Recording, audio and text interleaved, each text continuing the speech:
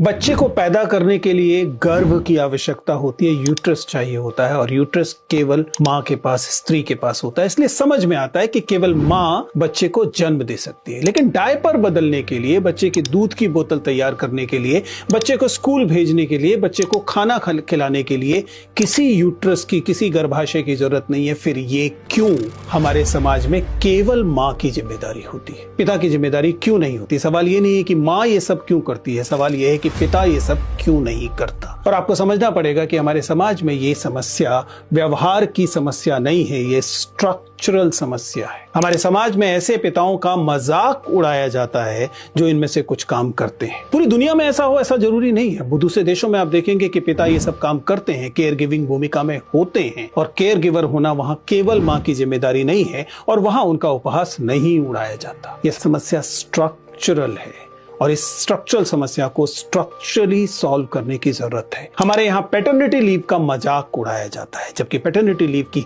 संख्या लगभग maternity leave के बराबर होनी चाहिए। और एक ऐसा समाज होना चाहिए जिस समाज में दोनों इस जिम्मेदारी को साथ साथ बराबर तरीके से निभाएं। तो कुल मिलाकर मदर का केयर गिवर भूमिका में एक्सपेक्ट किया जाना हमारे समाज का संरचनात्मक दोष है।